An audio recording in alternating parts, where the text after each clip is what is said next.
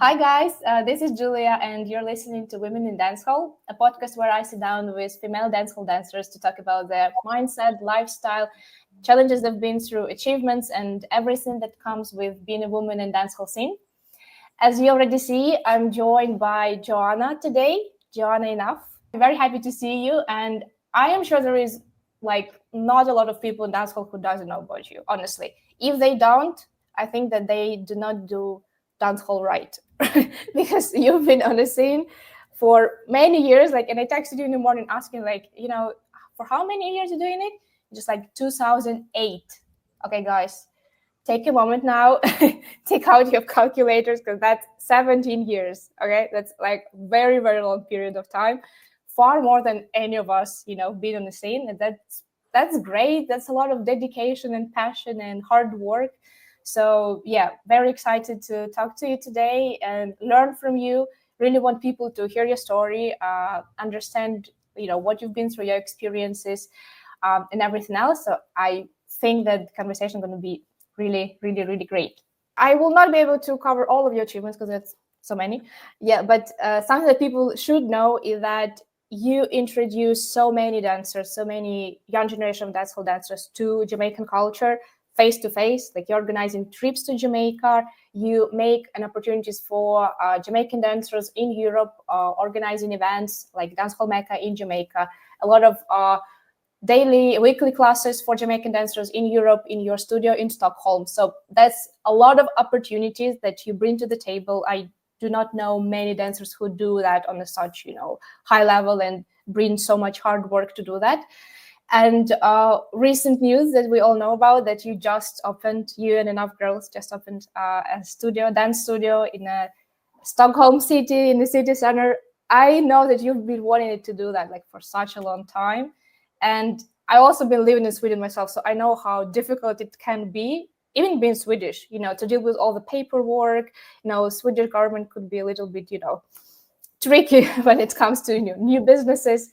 So I'm super happy, super excited that you finally made it, that you have your own place, you can create and just organize as many events, classes as you want to, and finally have, this kind of home for dancehall in Sweden, in Stockholm. That was I've heard people call Sweden second Jamaica in Europe. So that's something exciting, and a lot of that happened because of you and Enough crew.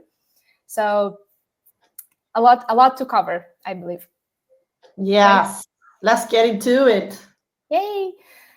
So something I wanted to talk about, and just to share my part of the story. I know you for many years. I've been knowing you for many years, and you are one of my favorite female dancehall dancers. To be honest with you, yeah. We invited you to Mod Spirit events in Ukraine. We've been in touch. When I was living in Sweden, we had classes together and everything. And something that attracted me to you as a person is that you wasn't just a dancer, or you wasn't just teaching dancehall and practicing it yourself. You also wanted to kind of know and teach people about the culture and make them understand what's standing behind it, why people behave in a certain way, why people create the name of the moves, what the history behind it, basically. And back in the days, I was organizing my own female classes. It's more like a project that I've done for female dancehall dancers to dive deep and understand better the female part of the dancehall. And I was looking for the information. So at that time, it was perfect match, because you started posting about the studies that you've done when you was at the university, back in the days, and your thesis, ethnographic study about dancehall dancing in Jamaica. And I read it. I forced my students to read it. And it honestly answered so many questions, because, back in the days, we couldn't afford to go to Jamaica yet, but we really wanted to know more. And it just helped to understand, the dancehall culture and, the dancing scene a bit better, because someone already, done the research on that for us. And that was you. So we had a conversation when we were in Ukraine, and you talked a little bit about this period of life when you was in the field in Jamaica studying and trying to learn the culture from its source.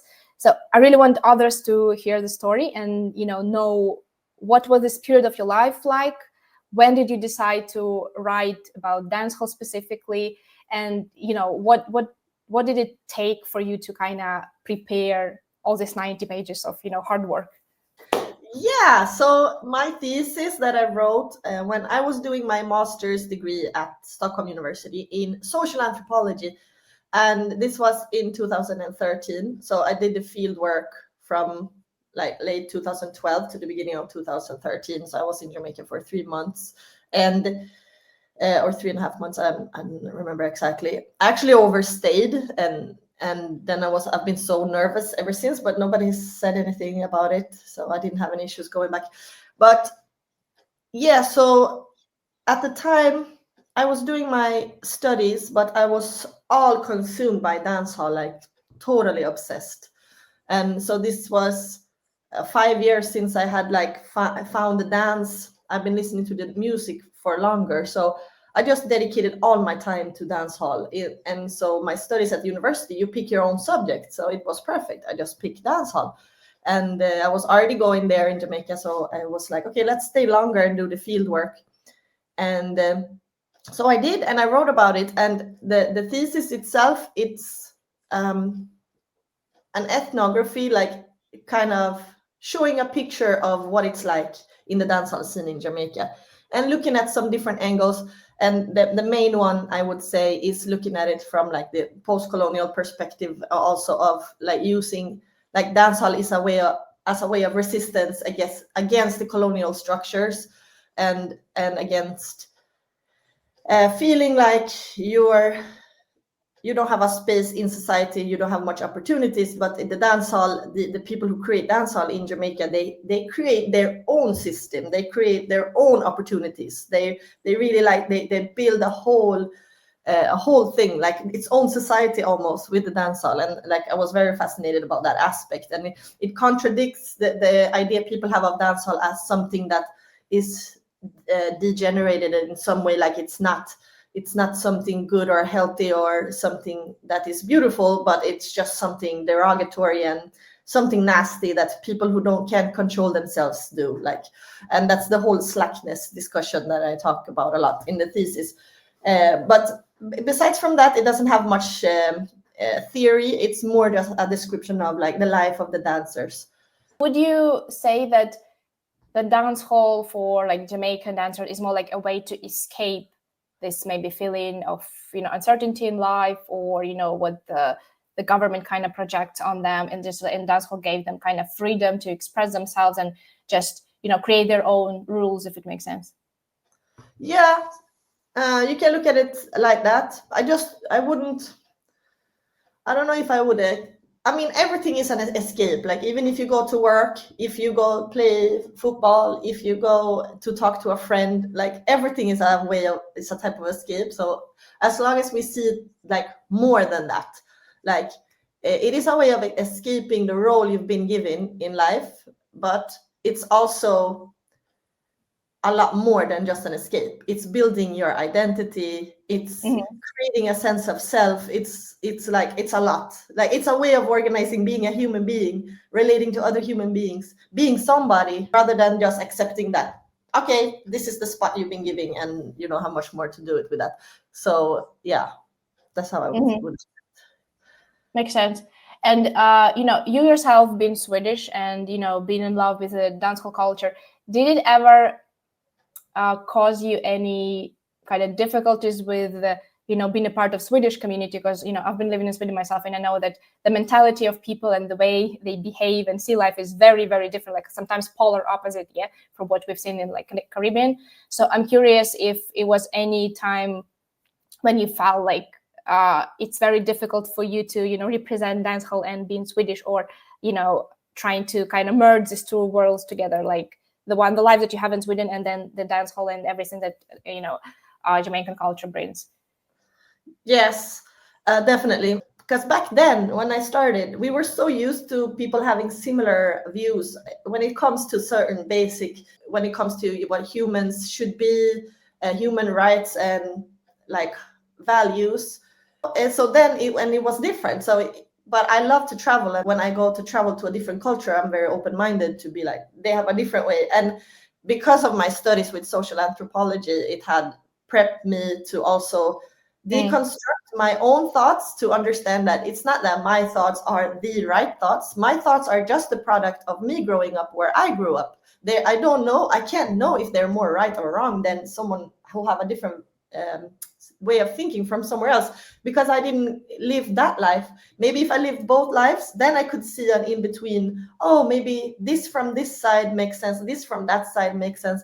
But in today's day and age, now I feel like people all around have such totally different worldviews. Like my neighbor from me can have totally different opinions of what life is and what it should be. So in a way, it's in some ways we really clash our cultures, but in most ways it doesn't really matter, because we come together with the dance, and that like it just brings everybody together. And in that point when we're dancing, I don't care what your beliefs are, we're connecting. And I think this is what the world needs more than ever, actually.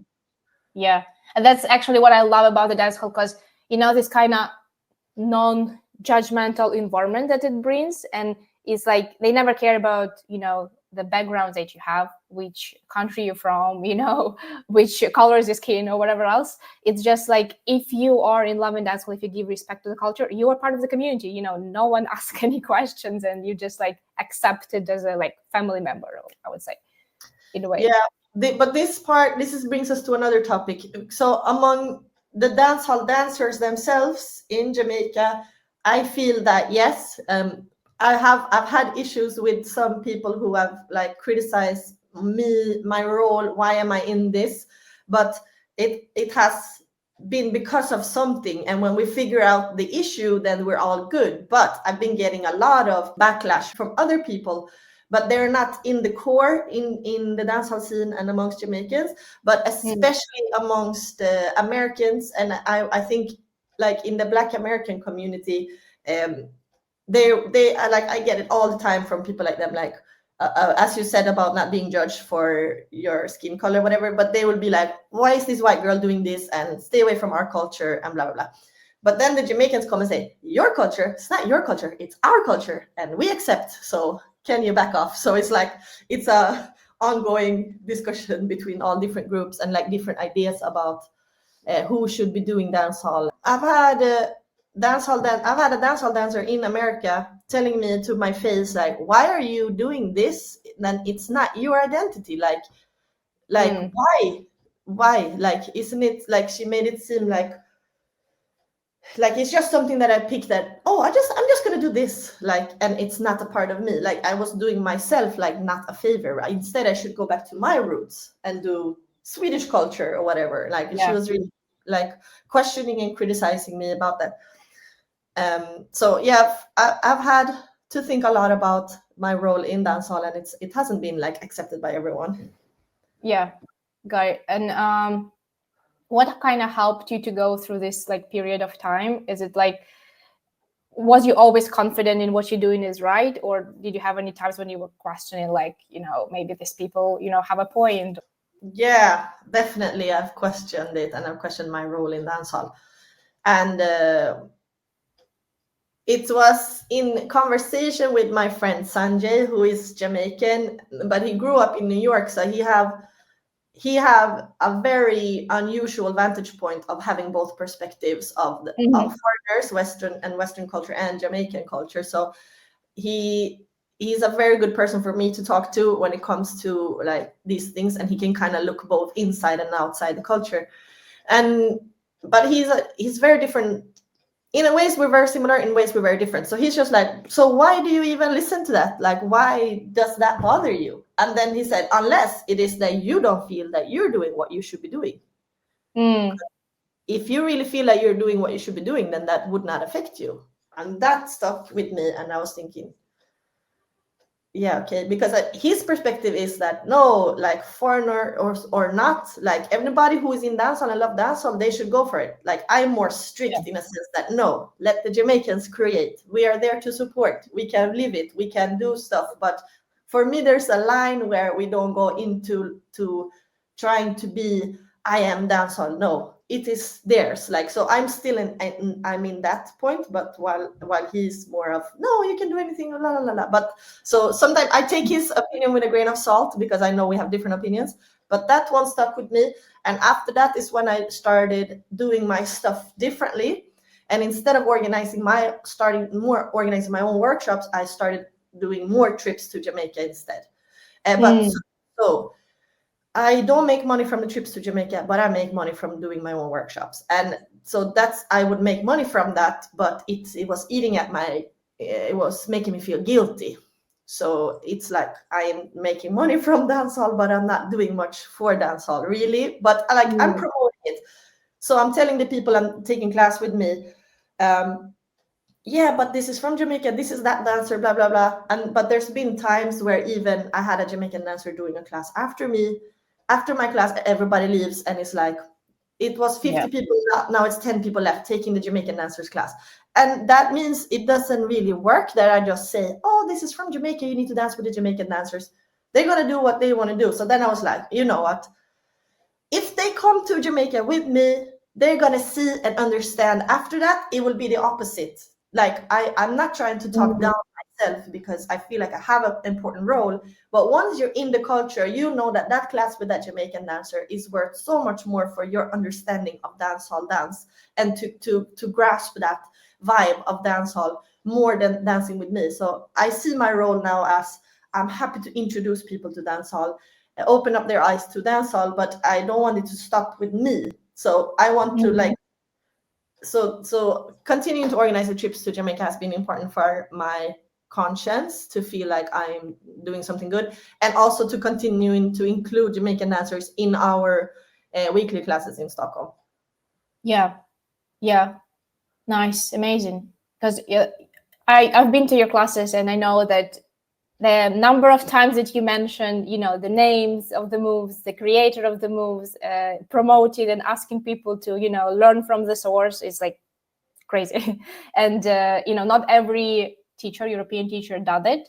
And I think it also comes with a lot of responsibility and knowledge, because, you have to be sure in your, information that you provide to your students. You have to know a lot. You have to know the names. You have to know who created the move, why, how, when. And that's what comes with responsibility of being a dancehall ambassador, I think, to always kind of learn, to make sure that you do not provide any misinformation when it comes to history, dance, and everything else, because that's like sensitive topics in a way as well. And I feel like if you take responsibility to teach, you have to, back up your knowledge with something like tangible.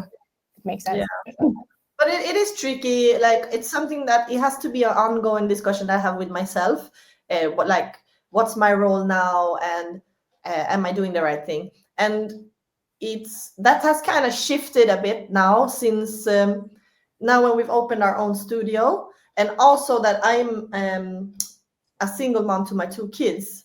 So now I'm in a different state of mind, where I have to promote myself, I have to push, I have to try bring in money, because the studio is sucking out a lot of money. Like, so each month we have to make money come in. And so now we're just started opening the studio this year. So it's going to be uphill. And for some months, like this month, I'm not getting paid anything, and I work more than double full time. So it's like I have to push my own stuff on the side to try get money in to pay rent and take care of my kids. And so now it's like I don't have the excuse so much like I don't want to take up space. I can't afford to do that right where I am right now. So I guess that's also, I want to communicate that to people, so that they understand that it's for a good cause, because the studio in itself, the goal is for that to be a space that it's me and Linda from Enough who opened it, but it's not supposed to be ours. We are making it happen, but it's supposed to be for everybody who loves dancehall. And the goal is, of course, to have the Jamaicans as teachers. So it's something that we're building for all of us in dancehall. So I want to excuse in advance that I'm posting a lot of videos promoting myself a lot right now, but it's towards this.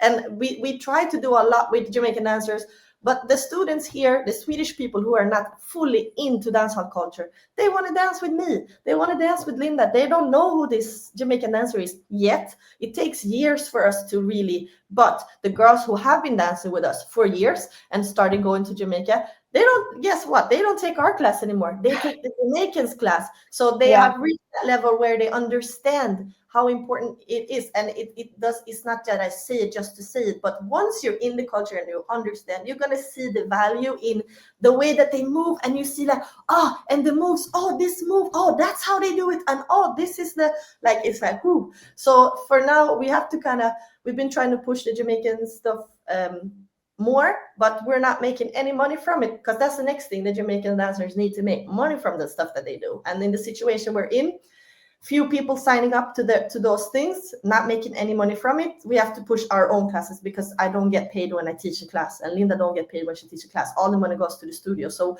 that's why we're pushing our own stuff so much, is to build a studio. Yeah, that's a lot of work, and like being a business owner, it's like a different kind of struggle, from everything else. But yeah, you're definitely doing a good job, and these things are kind of paying off in the long run, I believe. So it's going to take time to build up, but it's for a very good cause, and I see how much effort you both put in, and I'm 100% sure that it's going to bring very promising results. Thank you so much. I mean, I'm just happy that we tried it. Like, if it doesn't work, it doesn't work, because now I'm seeing, like, I'm looking around, like, everybody have their own businesses. I'm like, how do you guys do it? How do you manage to pay rent each month? How do you even manage to have employees? And I'm looking at places like a coffee shop. You sell coffee and stuff. It costs like nothing. Like, how can the businesses go around? And I just have much more respect for business owners and how they make sure that, like, they can make money from or even just keep the business running, and to employ people. Like, we would love to employ more people, but yeah, we're definitely not there yet. But either way, because sometimes I feel like when you have people who are very passionate and they start something, sometimes it's the passion that fuels it, and when that person stops, the business dies. There's a chance that will happen with this too, but then at least we tried, we did something. Like, I didn't just stay comfortable. I could rent a space at a different studio. I could teach 2 classes a week and get enough money to support me and my kids. I will live happy, comfortable. I did that for a while when I was like, have small kids or like pregnant and stuff.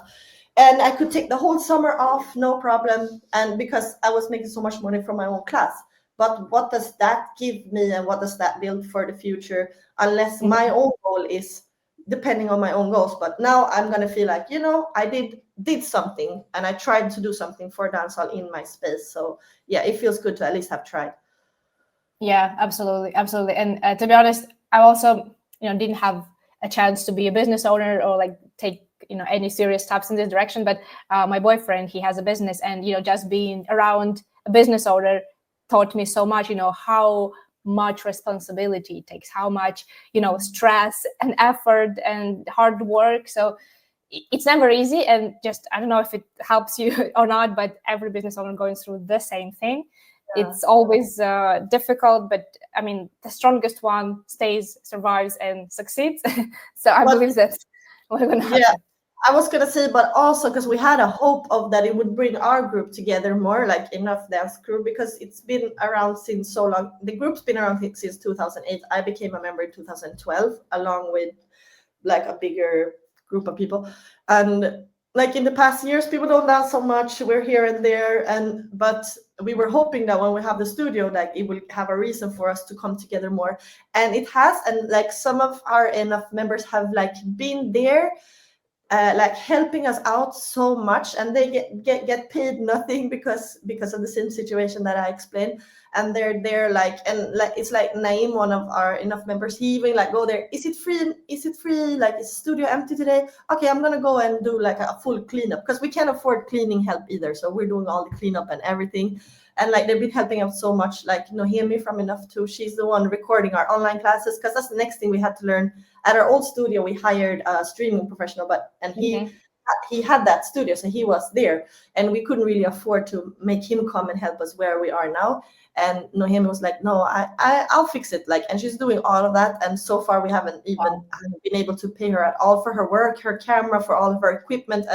But it's something that we really want to do. Like, we want to like give something also back to everyone who's helping out. but what we can do is like offer, okay, but you can start a business in the space too, because we have the space. Like all of us can have our own thing going in the space. So like my dream is to have Naim open a cafe shop, and then Nohemi can be there having her office and do like video projects and stuff like that. So yeah, so it's a team effort, and like everybody from the crew have been like helping out with it, but it's me and Linda who's pushing, like doing the official everything. Yeah. Well, I really believe it's going to work out, because like you got, your girls are passionate, and you've been doing it for so many years. If you wanted to quit, it would already happen. Now it's just lifetime journey. Yes, I wanted to get back, because you mentioned about kids and your mom. So I'm curious if your perspective on dancehall changed in a way since you became a mom. It's very kind of broad question, but if you can share anything on that, would be very interesting. Actually, I would say no. I feel the same way about dancehall as I did before I had kids. So yeah, I guess interestingly enough, I guess I had this idea that when I get older and when I have kids and when life is this, maybe like you just have a different picture in your head of what life is then. But like I'm the same as before. I just feel like my life is more rich and I have different areas of my life. But no, I feel the same, and I love dancehall the same.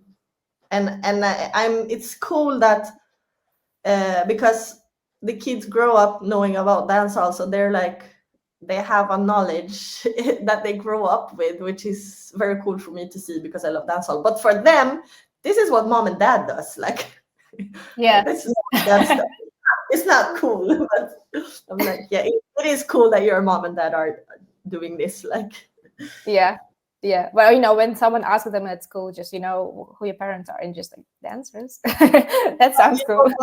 JJ and Jesse, we had a birthday party for them the other week, and their dad was here for the birthday party, and he came and he told me, I just heard, this is the first time I hear JJ brag about me. They say, what did he say? And then so he heard that JJ was with a friend and said, my dad is a famous dancer. and the friends asked, are you dad rich? Because he had so much like his clothes and jewelry. So yeah, that was fun. But in front of us, no, they act like it's not cool. But apparently, at least brag about that in front of their friends. But I get that's also the typical, like the kids idolize their dad. So yeah, but the kids show me a lot of love too. They just don't brag about me. I'm sure they will. Hopefully. But they do tell me every day that I am the best mom in the world. They say that every day. Oh my God, that's so amazing. Yeah, I'm very happy. And honestly, like, I'm not a mom, but I have some friends who have kids, and I've seen stories like, how maternity changes, women in different ways, and how difficult it is to kind of pursue your passion and career and take care of the kids. And somehow you managed to do that. And that's impressive. And I just love how you could, still do what you love and still take care of the kids. And I think this is so important, because seeing your mom happy is what makes your childhood like healthy and just worthy. And when mom just in her functioning mode, just like taking care of the kids, the house and work, it just sometimes brings an idea to the kids as well, that okay, that's what the woman role is, right? And what you showing with your own example to your kids, and what is important because you have boys, so like to the man, that woman can be both. She can be a successful dancer, have her own career, business, and be a good mom. And I think that maybe subconsciously you kind of translate this message because also of the social media. And I think it gives a lot of like hope for the mothers that, okay, I can be both, and I'm a woman, I am a natural multitasker, I can do this and that and be happy, and it's not going to affect my family and my kids, right? So yeah, at least that's an image that I get from you, and kind of feeling. That's very lovely to hear, because I was going to say that also, because we talked a little bit about like how I see my role in dancehall, but that's in relation to being not from the culture originally. But my other like main role that I see and more in my life overall is that I want to inspire people, and so that when you share that with me, that makes me also feel good that I can be a positive inspiration for other women and mothers to not be afraid of going after their passion, because that is the hard part, is to have a passion, and it can be Yeah. hard to find something that you're passionate about. But if you do, like, don't let anything stop you. I shouldn't say anything, but like, go for it. Go for it. Yeah, yeah. And it kind of there are two topics I want to discuss, based on what you just said. So the first one is not going far away from the topic of motherhood and everything. So you recently shared this story saying, you know what, guys, I love dancehall and everything, but I'm quitting the parties. So I want to take care of the kids, and I feel comfortable with it. I don't feel like FOMO, fear of missing out. So I'm curious if it was a hard decision to make, because when you're part of dancehall community, you kind of feel a need to go to the party, or you feel like, am I still going to be a good dancer if I'm not joining the parties? Or it's just like you have to show up, if it makes sense. So I'm curious, was it difficult for you to kind of choose yourself and decide, okay, I'm stepping out, I'm taking care of my kids, I want to sleep, I want to feel comfortable, but I'm still dancehall dancer, I'm doing this, and that, and that's enough? Yeah. Yeah, it's definitely been hard, because if I listened to myself, I would have quit maybe 10 years ago, maybe, or at least 5-7 years ago.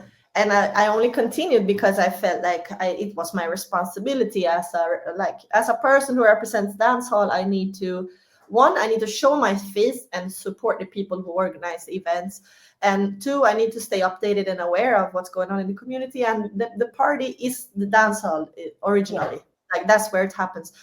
But also, after like so much talk about supporting culture and stuff, going to the events, is that a way of supporting culture? But so it's been hard from that perspective. But so it came down to the practical issue of, I don't have a babysitter for this summer's trip. So I think maybe I just have to not go to Jamaica, not go to the parties. Because of that practical issue, just for this year, once I said that, I was like, maybe I don't go to the parties at all. And I was like, ooh, like, I got so excited inside myself. So that's to tell me, you know what, this is something you need to do for yourself. The kids, it's just a practical reason. If I wanted to party, I could make sure, put more effort into finding a responsible babysitter that I trust and that I know would like call me if the kids wake up or whatever. So it's that the kids part is more of a practical reason, but the reason for originally, like, or more, it's myself. Like, it doesn't give me, it's not worth it for me.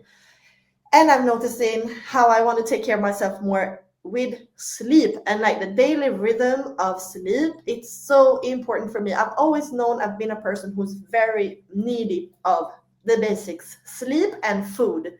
Like, if you know me, you know how important those things are for me. And I've never been a person who can just do it and it's a side thing and then I live my life. No, those things are like the base of my life. Get a good night's sleep. I mean, at least 8 hours.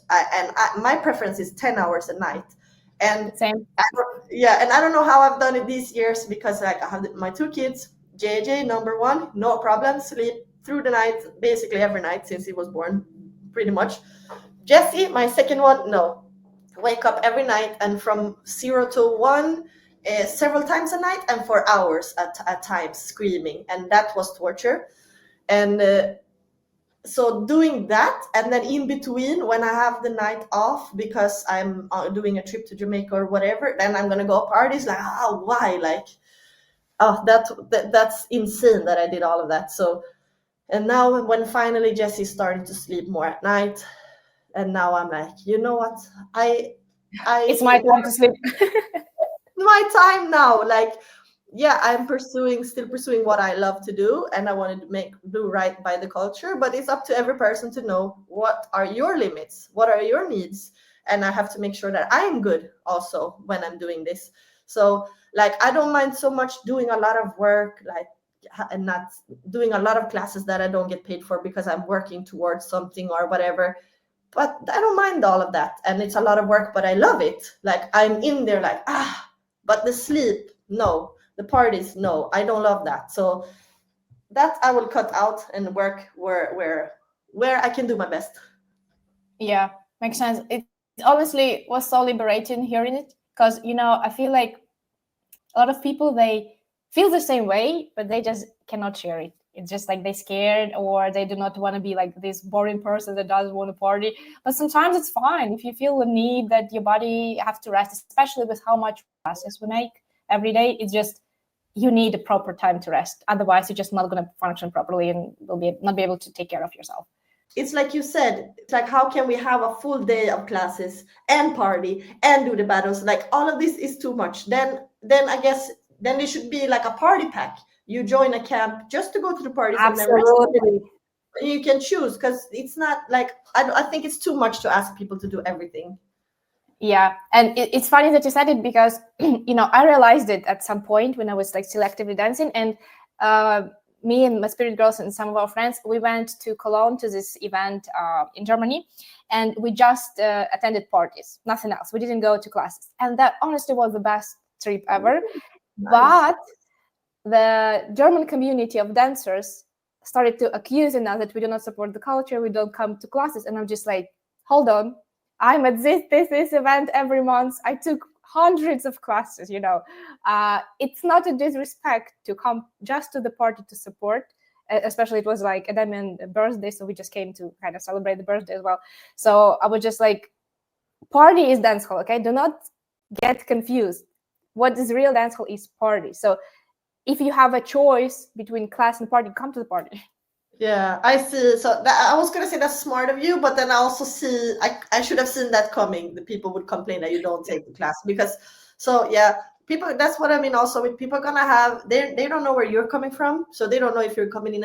I don't need it. They might think you say, I don't need the classes. I know all the moves already. I just come to the party, and I don't want to have to do that. Like, yeah, that's not your mindset. Your mindset is something different, like what we just have been talking about, but they just see it from a different perspective. And in some situations, it don't matter what you do, somebody gonna have problem with how you do it. Yeah, absolutely, yeah. And a funny part is because like usually when we my spirit girls come into the party, we just like, okay, we take the space, we're gonna do tricks and do that and this, and girls just like, oh, you just come in here to show off, and I'm just like, no, we just have energy because we didn't take classes all day. Now we can properly get to the party. This is also a cultural difference, and also within Europe, because you girls are much more free to take up the space, and from other countries, and at least from Sweden, we would look at it also as like that's as a part of our culture to hold back. And it's like, if you don't hold back, that means you're taking up space on someone else's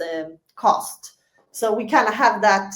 So if you come into the party, especially if you didn't take the class, and you come into the party and you're like, whoo, and doing the tricks, yeah, it's gonna set that off in our mind. Like, who do these girls think they are? They just come and take over the. So yeah, I understand that. That's also like a cultural clash between different cultures in Europe. Yeah, true. But my point is that there weren't any female Jamaican dancers, and guys had their time at the party, and Selecta was actually asking us to dance. So I was just like, okay, it sounds like a good kind of exchange. Yeah, it sounds like you made the party. This is something that the thing is, if this is something we also have to like balance between like how much space do we take up and when. Yeah, and like as a white person in dancehall, you have to be very mindful of that whole thing, that I will get more exposure and maybe have privilege in some situation because I am white, and then I might get more attention when I dance just because I am white. So it's like we need to have that awareness and not be mindful not to take up the space for the Jamaicans. But like you said, in that situation, especially if there were not no Jamaican females dancing, it's not that you're taking up the space on their behalf. Yeah, because guys are not gonna dance, when what's and even in Jamaica, it might be an issue when we stand back too much, because the people at the party, the people hosting the party, a lot of people would say like, what, why are you not even dancing? You're standing there, you're not enjoying the party, you're not showing people that, oh, I'm having a good time, and yeah, I'm participating. So it's very hard balance. And even in Jamaica, some people would say like, you're doing wrong if you're not dancing and taking up space, and then if you dance and take up space, that can be wrong too. Very tricky. Yeah, you can be right, just You're Stop either crying. wrong or you're wrong. Yeah, I totally understand it. And dancehall scene is very competitive, especially among women. And that's actually the reason why I wanted to have a podcast, so we can actually relate to each other and have like kind of space where we can have honest conversations without trying to always compete. Because European dancehall scene is a lot about like contests, battles, who's better looking, who's better dancing, who has more bookings, and all of it. And this is not the point. And we all love dancehall for the same reason, and it's not fame; it's the love to the music and how it makes us feel. At least if you're here for the right reason. So I think if we relate more to these topics rather than trying to be like bitchy, so it's gonna make community a bit closer, and just help us to feel good, support each other, and everything grows when people come together, not when they trying to compete. Yeah, I really love that because it's easy to put yourself in that. Well, who do they, like I said, who do they think they are? Who do they think they are? They think they are someone else who loves dancehall, and we can all be friends. So like, just talk more. It's good. And actually it's great because like I have a funny story. So we was like at some camp, and the party was like, it wasn't empty, but no one was dancing. It was just like empty space, and the music was very, very good, like some dancehall queen songs. I'm just like, you know what, I'm going in the middle and killing the floor, and I'm dancing like I'm not. I got a spaced out. I'm just like doing some tricks, and then I hear like someone shooting up, like just next to me, like almost next to my face, and I'm just like looking up, and it's Cookie, the Cookie Monster, and she just like, yeah, no, let's go.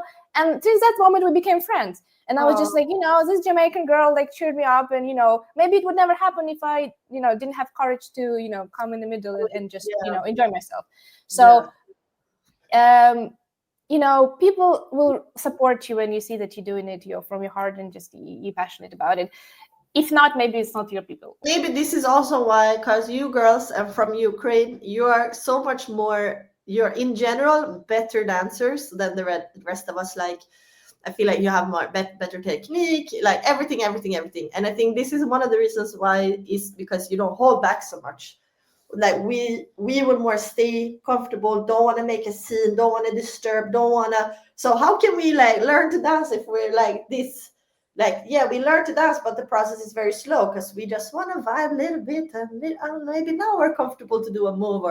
But when you're not afraid to just go and push, like you will become better like so much faster if your goal is to improve your dancing. So yeah, make use of every chance. I think this also one reason why I don't enjoy the parties anymore, because before I feel like the parties were for dancing. Everybody were dancing. Now everybody is just standing still on their phone or just acting cool, and it's not fun anymore at all. True. I wanted to kind of talk to you about more like a psychology part of it. So, we had this conversation before we started the podcast, so I just want to repeat myself.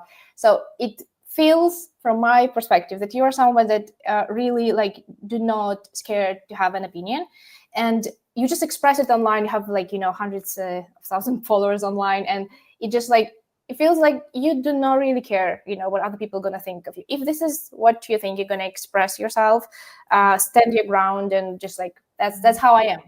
Where do you take this strength from? Or like, is it like your personality trait? Is it something you learn to do like with years? And I don't know, it's just like it's honestly inspired me, because this is my personal issue, so I just trying to get some knowledge of how I can overcome it myself. Yeah, but I think it's definitely part of my personality, and it's even since I was a child, I've always been very opinionated, and I've always been very like speaking very loud. No, this is it. It's like this, or no, I want this, or.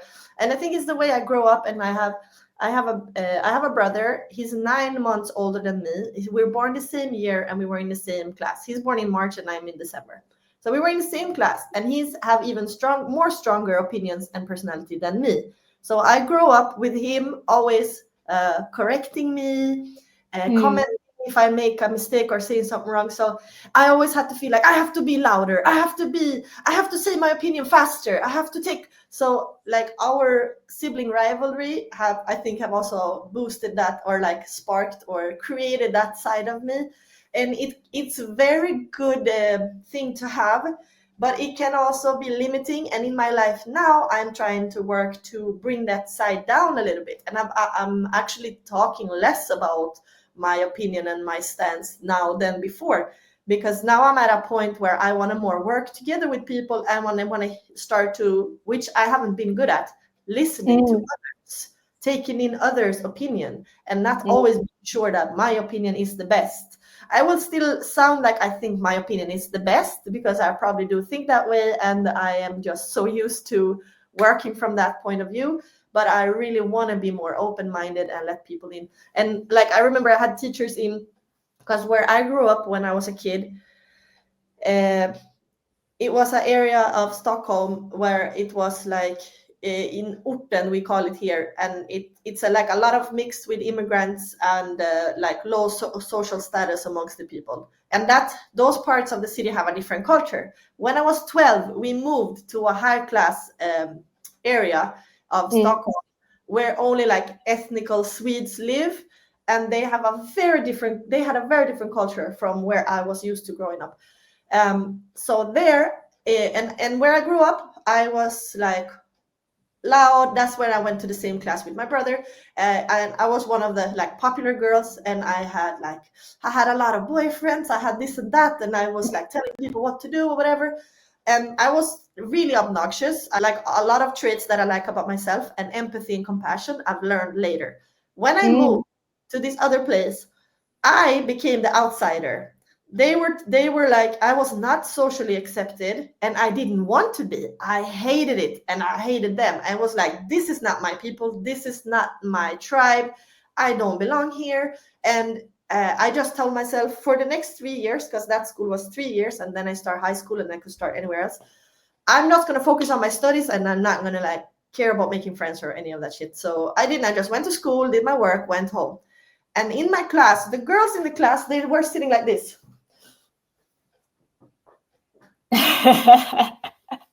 Oh, I can't show skin. Oh, I have to look in the mirror all the time. Do I look okay? Oh, don't talk. They didn't talk. And the teacher would say, oh, Angelica, do you have something to say? Oh, they were afraid to talk. I was like, and I'm there like this, like, and the teacher would say, like, take your foot down. I'm like, why? I want to sit like this. Like, I had totally different. And the guys hated me. They hated me, and they were at me all the time. Like, I don't know if I would call it bullying, because I didn't feel like I was bullied, and I already had that mentality of being confident. But the guys hated me, and the guys oppressed the girls, which is so funny, because the Swedish people like to think, oh, we are so equal, and the immigrants, they are not, and the immigrants are like abusing their women, they're doing this and that. But where I came from, where it was more immigrants, more mixed of origins, there boys and girls took up space. The girls were like loud and loud, like, and here in the more Swedish like upper class community, the girls were quiet, afraid to speak, and the guys just run the show. I had a teacher who told me, they took me to the side, because the guys were awful. They even made the teachers cry and leave the classroom and stuff. So, but I was in there like I'm not gonna let them push me down. I always talk back. And I had a point where a teacher called me into a meeting, and she just said, I want to say thank you. You're such an important role model for the other girls, and that you're really standing up for yourself and for the other girls. And I was like, thank you. And I think so that's when I think started identifying as a role of like standing up for the other women who feel like they couldn't speak up for themselves. So, and that's when I also had more compassion towards the people like in the lower classes where I came from. And I think also that's why maybe I'm drawn to dancehall, because dancehall is created from like the lower classes in Jamaica. So I feel like this experience has shaped a lot of who I am and why I love what I love and why I like speak for what I speak for. Nice. It's interesting that you kind of took this kind of path in life since very young, and you're still doing it like in a different shape and form, but you're still kind of doing the same thing. Yeah. So. And I asked myself, if I never moved, I think I wouldn't. I think I would have been a different person. Maybe I would have even been like, not a feminist, maybe even a racist, but like not so strongly anti-racist. Like, because what happened to some of the like ethnically Swedes who stayed, they became these people who are like voting for the right-wing politicians and stuff. It's like their brain never got out of whatever The that taught bubble me. they're in. That taught me so much, and maybe look at the situation from the outside and in a different way. And yeah, so I'm very thankful for that experience. Yeah, sometimes like when you don't see the bigger picture, you don't understand why certain things happen in your life, but then you're just like, okay, I had to go through these times to get where I am. Yeah, so I'm old to go through difficult times. I don't need no more difficult times now. I just need smooth enough. Yeah, same. By the way, if universe is listening right now, that's enough. And you even have, I don't need no more. You have in team name enough, so maybe that's gonna help. Yeah, I'm yeah, just a couple of last questions that I wanted to discuss. So I don't know if it's related to what we're speaking about, but there was a moment of your time when you was like kind of into psychology, and you was watching all this Psychology in Seattle kind of podcast with this Australian guy, and I also love him, and I was watching his episodes when he's from commenting. America. Kirk. He's American? Yes. I thought he was Australian. Oh, Jesus. Okay. Anyway, he's from Seattle in America, and I'm actually going to Seattle this summer. And I think one of the main reasons is because I subconsciously you have to meet him. I even tried to check if he's, taking any new, people to do therapy. No more clients. No more clients. Yeah, and I love that he's doing this. He's commenting on these dating shows, and it's so fun to watch. But I'm curious if it was just like your personal interest, or like why did you decide to kind of dive into psychology a little bit more? So I've always been interested in all the like social sciences. And so like when I chose what to study at the university, it could have been psychology, like it definitely could have been. But so in the psychology would more be like what happened inside me in my brain. But I chose more towards the anthropology. Here in Sweden we also have sociology, but they would more study with statistics and more people in this area and like Western cultures. But the social anthropology, that's called cultural anthropology in some countries, they were more studied, not the statistics, but like understanding and telling the stories of how people live, and a lot of different examples of different type of lifestyles from all over the world. And so I picked that one, but I've always liked psychology. I also like philosophy as well. When I separated from my kid's dad, I had a lot of, and also through our relationship, a lot of like, I was not feeling good in myself. And I took towards the whole mindfulness movement, and I was listening to The Power of Now and Eckhart from Germany. And that whole philosophy is all about, like, for me, it was about like being in the moment, accepting what is. So I was listening to that and accepting what is, being in the moment. Okay, I'm in the moment and it hurts. Yes, every day it hurts. And then after, when we finally, I think it was after we broke up, or maybe towards that, I just by chance watched Psychology in Seattle on YouTube, because I was watching one of the shows that he analyzed. After that, I was like, wait a minute, I need to learn more, because apparently I have no idea how my brain works. And by the way, I don't have to accept just what is. I can choose what life I want to live and become aware of how I react to my environment, not only just being and floating along. So like gave me so much more strength in creating more the life I want to live, and understanding psychology, because I've always wanted to understand, but why does this hurt, and why is our relationship this way, and why is he doing that, and why am I doing that? So that then I got more specific, like, and every time he told me something, he would say something and I was like, oh, I have to rewind. And I discovered like so many things, patterns that I've had, ways that I relate to other people. It was like, what? Like so mind-blowing. And especially how to parent my children. Like it helped so much in understanding how their brains are developing. And I'm here to assist their development as a parent and their children, and how the brain develops. And what I really love about his psychology is also like he studied like dynamics in families. So one of the things why I didn't show psychology is because it felt so isolated, one person. But like human beings are so social, and he's really he keeps talking about that, Kirk from that Psychology in Seattle. He how like humans are social beings, maybe even like more than dogs, and that we are always creating ourselves like in relation to others. And so he would talk a lot about the family dynamics, and it just helped me so much to really understand myself more, understand the people around me, and understand what dynamics we create between each other. Yeah. I don't know if that's something he said or not, but it's just like you find out more about yourself in a relationship with other people.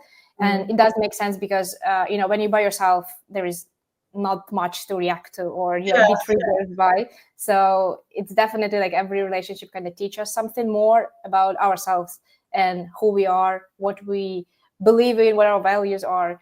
And so I believe that everything that happens for a reason, and every person in our life plays specific role for a specific period of time, right?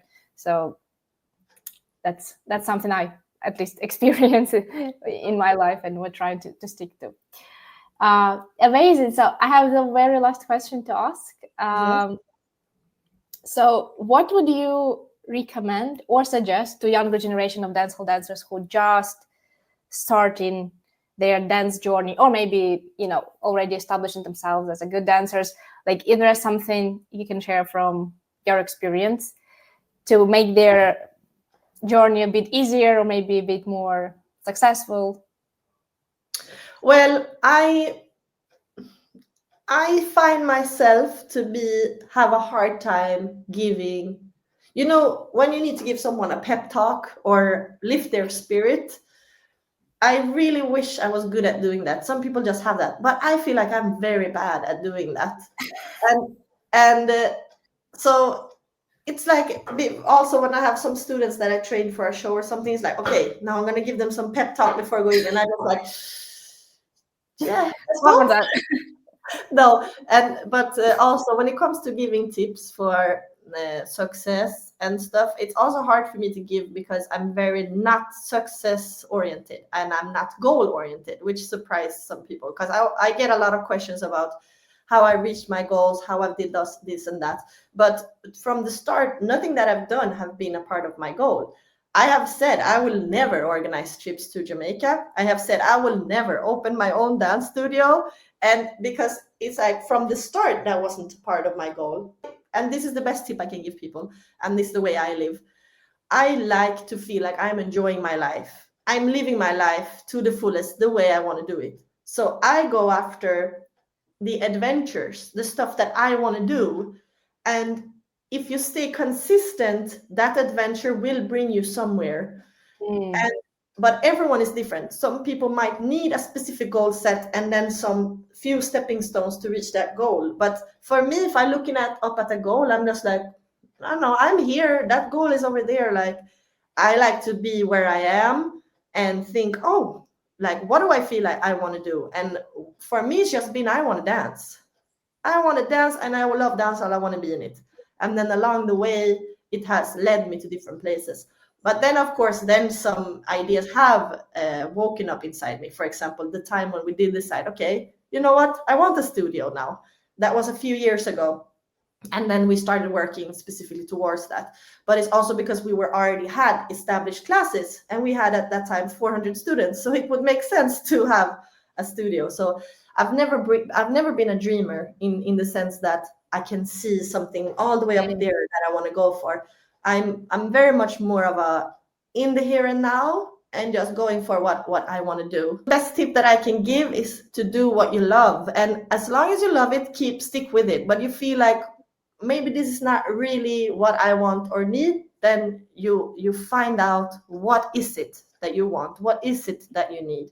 And I think it can be very good to give yourself a purpose if you don't find yourself having it. And because it's easy to get lost in this world if you don't have like a set purpose for yourself. And if you're not a person who really already have like strong feelings towards, I want to do this, I want to do that. So yeah, but follow your heart if it's not too cheesy to say that. It was actually a very good pep talk. I don't know why you said that you heard, but yeah, I loved it personally. I can relate. So yeah, great job. Okay, Joanna, I'm super, super happy that we had the chance to talk. It honestly was so comfortable and just open. And yeah, I just, the way I imagine it, honestly, because every time I have a new episode, I'm just so worried, exhausted. I'm just like, oh my God, I cannot do it. But then I just get in the call, I'm just like, that's my people, we're all on the same page. And it's just so great to connect and, share the stories. So I'm very, very happy for others to hear it. Yeah, and I hope I will see you very soon and finally come to the studio in Stockholm and we will be Yes, able to dance you're again. more than welcome. And thank you for this talk. It was nice to have a conversation. And I love to talk. So you just I call know. me. Thank you. Thanks. Bye bye.